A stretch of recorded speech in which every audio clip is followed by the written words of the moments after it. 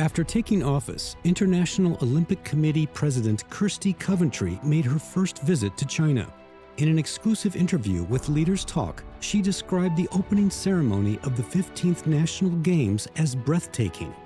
I mean, I think it's huge. All three of the provinces and regions were represented, and that was sending a very strong message. Coventry expressed her admiration for President Xi Jinping's vision and commitment to the development of sports. There's not very many leaders that place that kind of importance on sport. She also praised the comprehensive progress of China's sports sector. There's so much that we can, as an entire movement, learn from what China's doing and how you're doing it in such a successful way. An exclusive interview with IOC President Kirsty Coventry coming up on Leaders Talk. Stay tuned.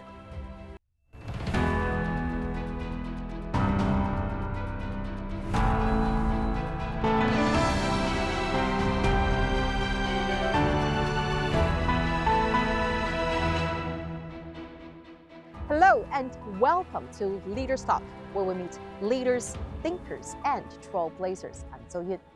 Well, from this track around me, you can easily tell that our show today is about sports, and our guest is IOC President Kirsty Coventry on her very first visit to China since taking office back in June. As the 15th National Games hit up, how does she feel about China's passion for sports? With her very deep ties to the 2008 Beijing Olympic Games, how does she see China's progress and future in sports? And how does she envision leading IOC forward? Let's find all these answers from our conversation with her.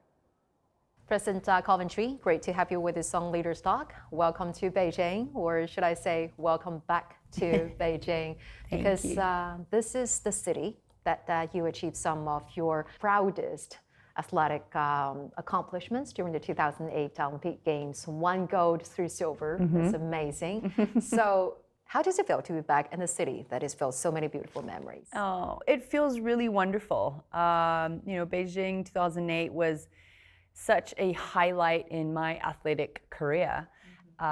So it's really symbolic that it is, the place, one of the places that I'm coming back to very early in my presidency now. It's really symbolic and it's special. Yesterday we were with some of our partners, and they were saying I had 4 wonderful memories in 2008, and now I have 4 wonderful memories from this trip. Meeting with His Excellency, being the National Games, meeting with the partners, and getting to travel the country a little bit. So it's been really wonderful to be here and to come back into Beijing. Passionate National Games, vibrant Greater Bay Area. This year marks the first time the National Games have been jointly hosted by Guangdong, Hong Kong, and Macau. On the evening of November 9, President Xi Jinping attended the opening ceremony and declared the Games open. The opening ceremony, themed Realizing Dreams for the Future, vividly showcased the grandeur and dynamism of the Guangdong, Hong Kong, Macau Greater Bay Area.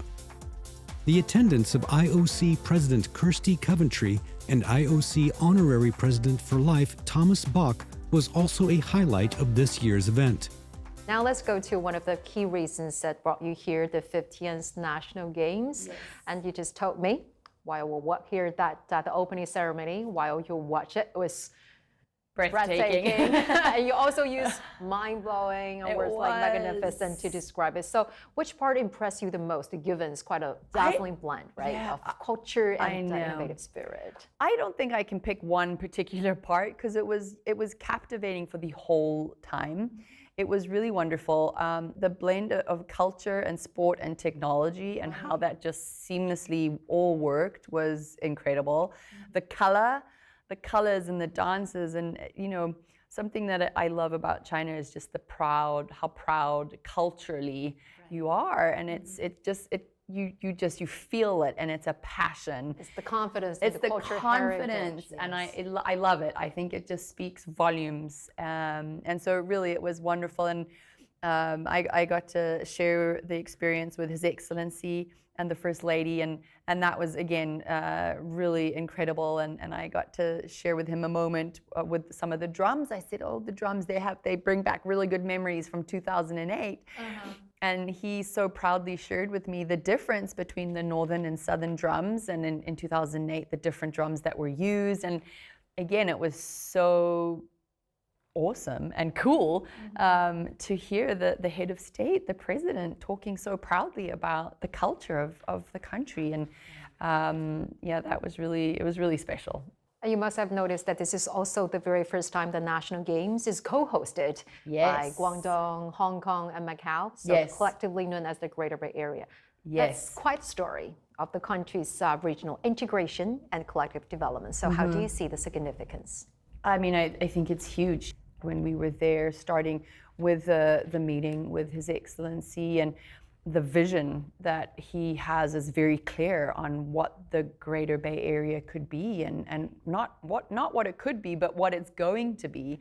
To have sport hopefully catalyze that and push that forward, it was really very awesome to see. And we got to go and watch some wushu where martial you had arts, and that by was young beautiful. People, I saw the photo. Yes, exactly. But what was really nice is that all three of the provinces and regions were represented, and that was sending a very strong message. You know, I didn't quite know what to expect, but the cities are just so beautiful and so developed. When His Excellency and the team earlier were sharing some of the economical values, I was like, wowzer, you know, it's got a bigger economy than Australia already, and where it's wanting to go. It's, again, I think the very clear vision that His Excellency has for the area is magnificent.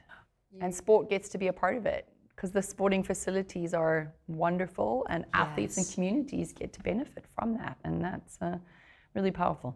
It is also becoming kind of increasingly important economic pillar to propel the region's development as well. Yes, 100%. I think sport, you know, I think now sport is a $1 trillion industry around the world, but it's also proving, and we can see that it is helping to develop communities and strengthen communities, and also play a huge part on bringing down the expense of a community, right? Because if communities are healthy, that's less pressure on the healthcare systems. And so it's really nice to see that there's so much investment going in to communities, because investing in sport is investing in communities, and having a healthy population is a vibrant population. That's right, indeed. And you mentioned that while you were in Guangzhou, you had your first meeting with President Xi as IOC president. Yes. So what were some of the highlights or your major takeaways from your discussion with His Excellency President Xi Jinping? It was an incredible meeting. I felt very honored to sit with him and to talk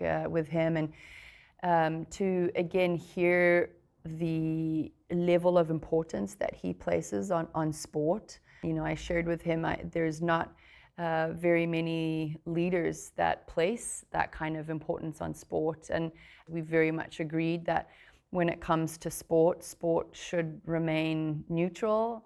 And that's something that I believe we all love about sport, is watching athletes come together, and athletes don't see differences, because we see the fact that we've all had to walk a certain path to get onto the same playing field. So there's an automatic respect there, and that, I think, in today's world is really important to continue to promote.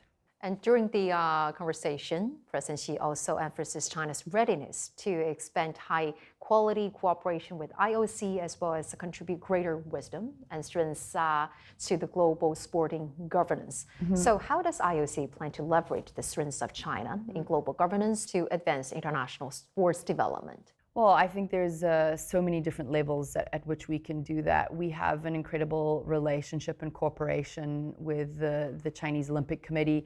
I am very fortunate to have great Chinese members on the IOC, and Ms. Ling Wei on the executive board.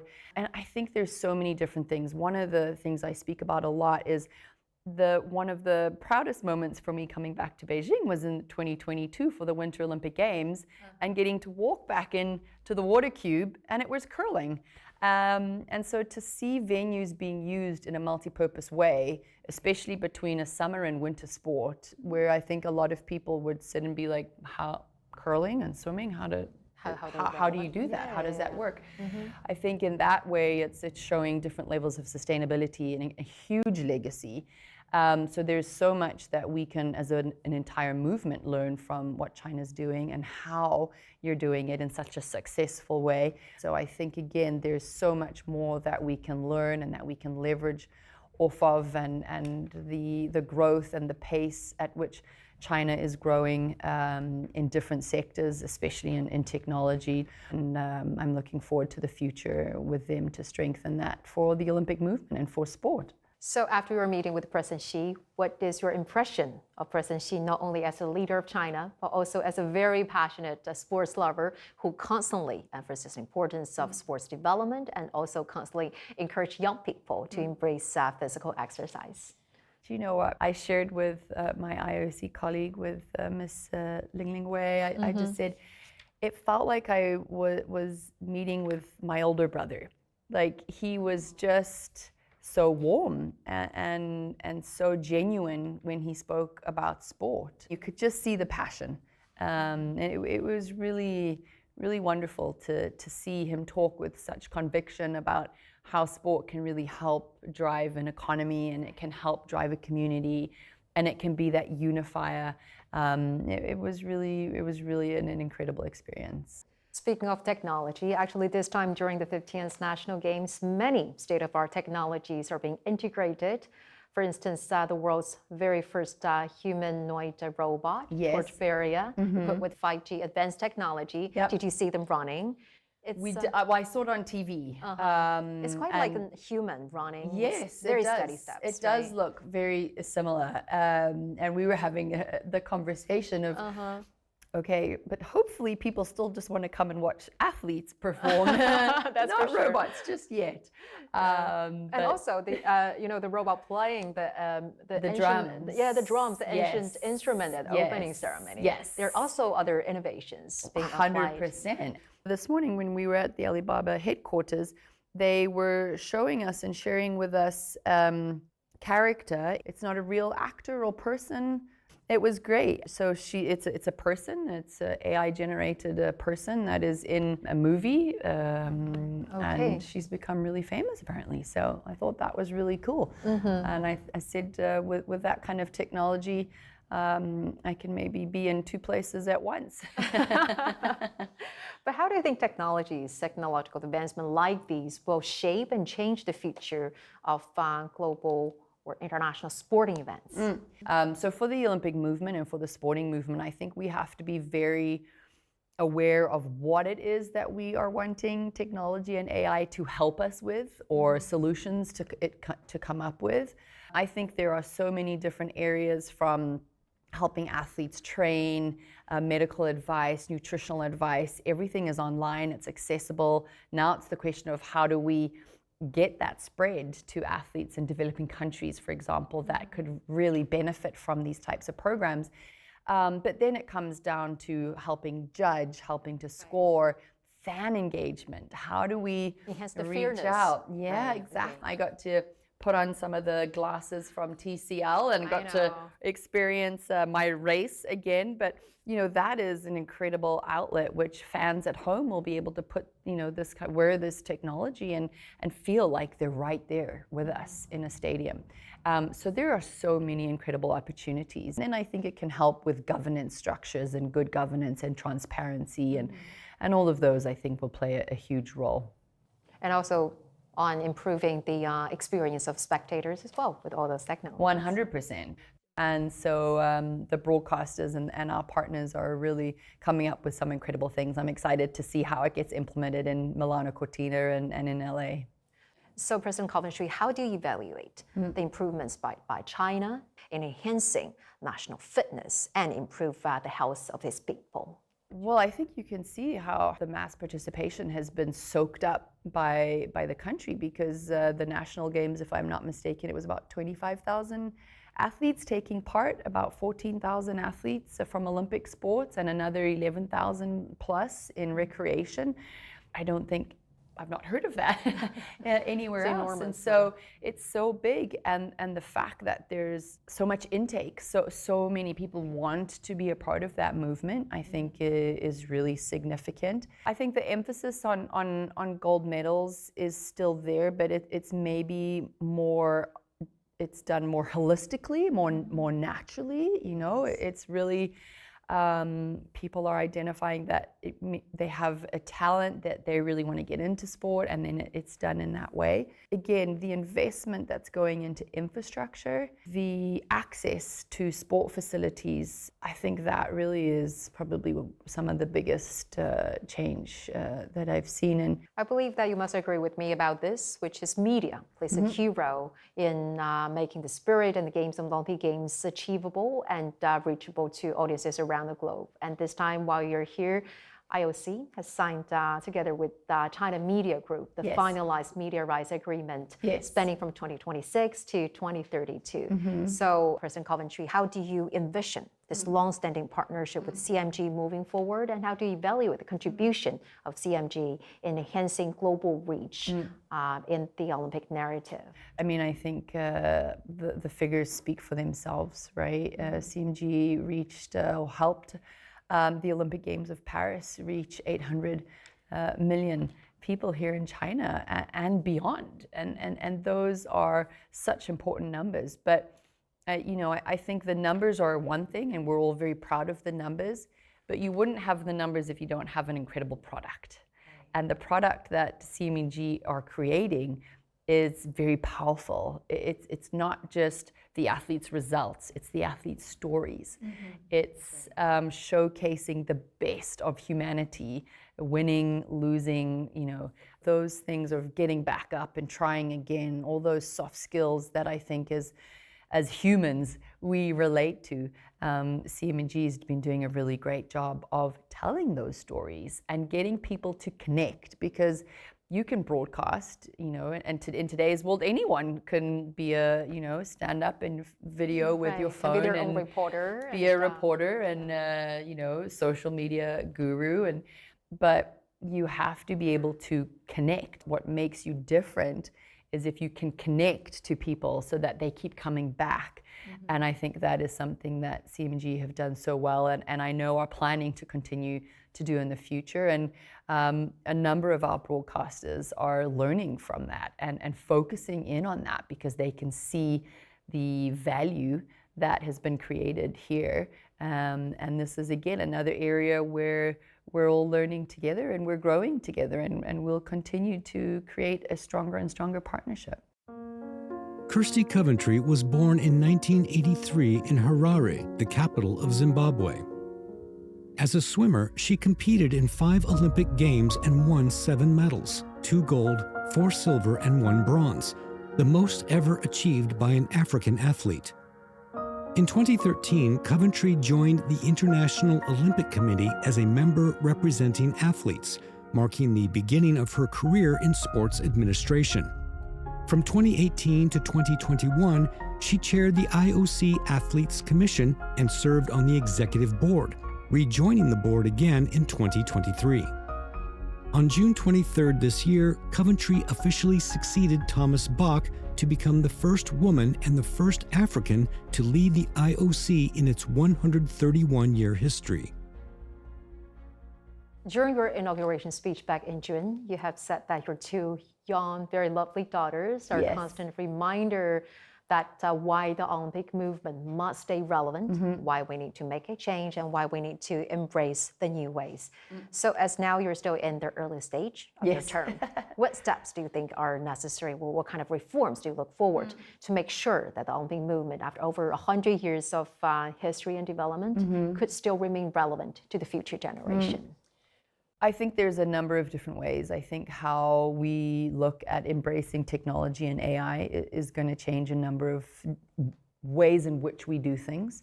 I think how we communicate with young people today is very important. And you know, we had a meeting last week with the International Olympic Committee commissions, and there were a few points made around we need to find cool ways, innovative ways to engage with young people, but it's also really important to still engage with everybody else. We're not just thinking, oh, we only want to focus on the young people, right? It's for everyone. Sport is for everyone. Olympics is for everyone. Olympics is for everyone. I think whenever there is a transition or a change, I think there's time to really give respect to everything that's been done in the past, and then to sit and say, okay, where are we going from here?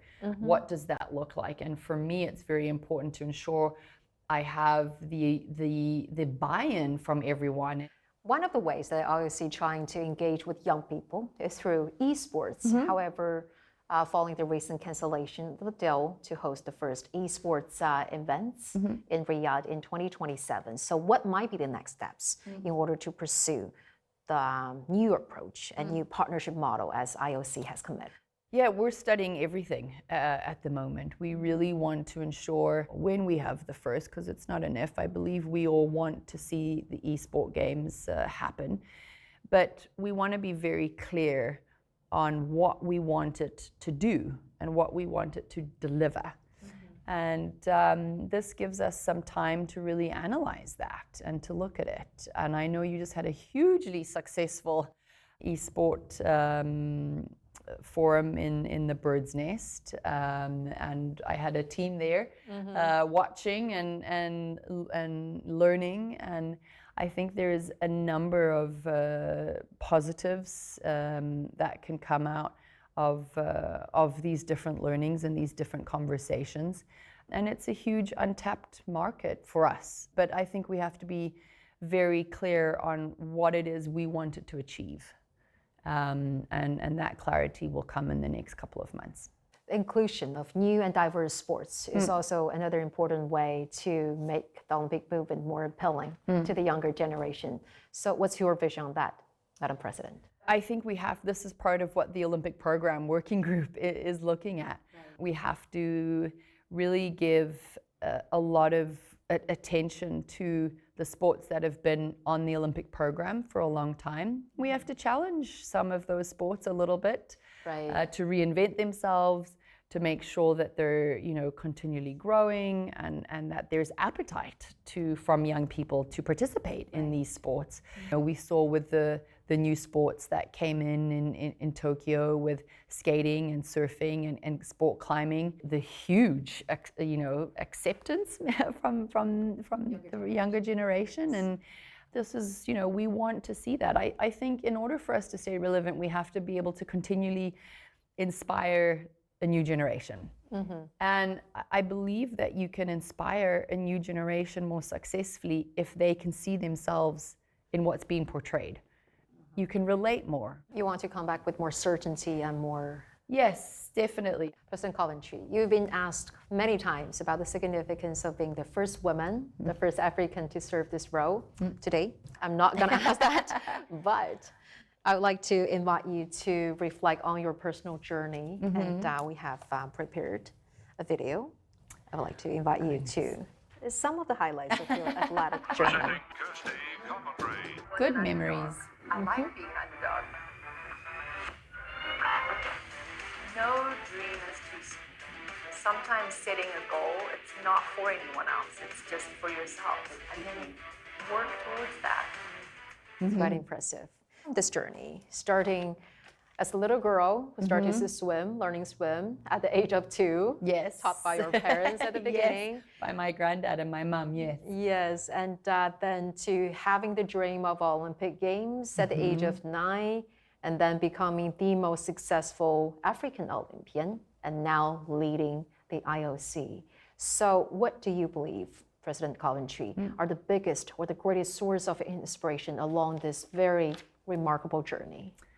I think the inspiration, I think it changes. I think it was, as an athlete, it was always my dream. In 2004, it was a very individual dream, right? It was that 9-year-old girl wanting to win an Olympic gold medal. And I didn't recognize at the time how much maybe influence or how that would impact my country.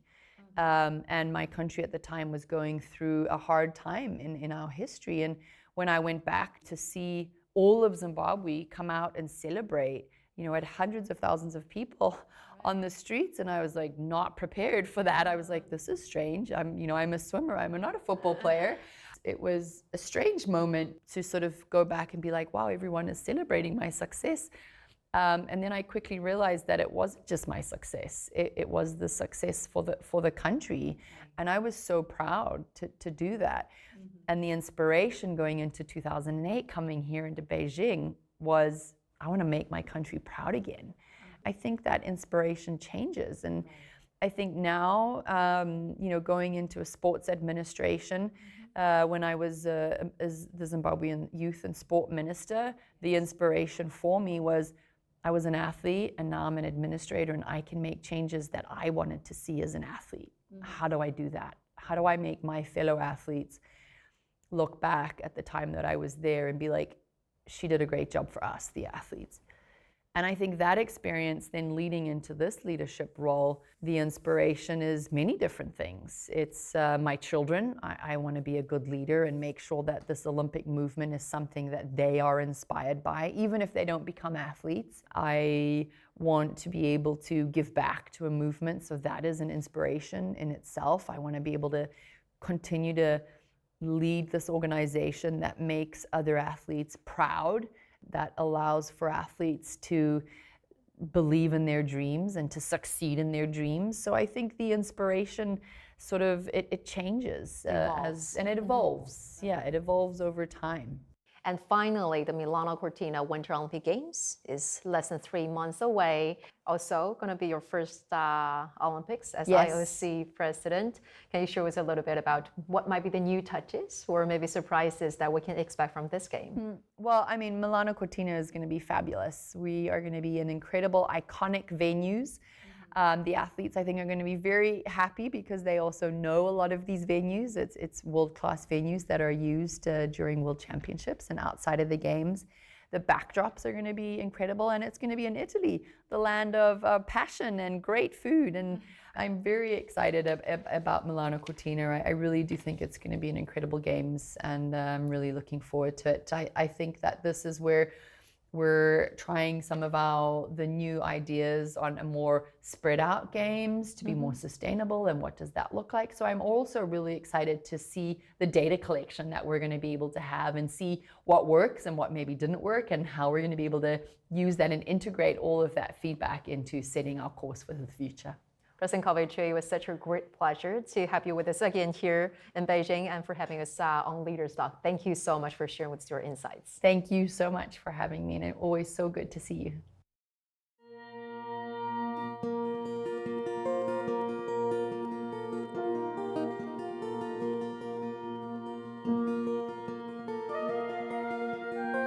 Yes.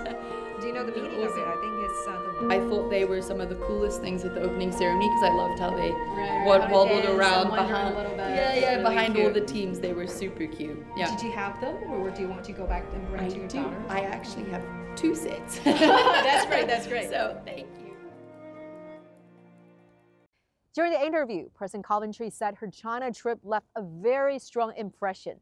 From the vitality of the Greater Bay Area to China's firm commitment to becoming a sports powerhouse, she hopes to deepen IOC-China cooperation to advance the Olympic movement, strengthen unity, and promote peace. With that, we're going to wrap up this edition of Leaders Talk. I'm Zou Yun reporting from Beijing. Thank you for watching, and see you next time.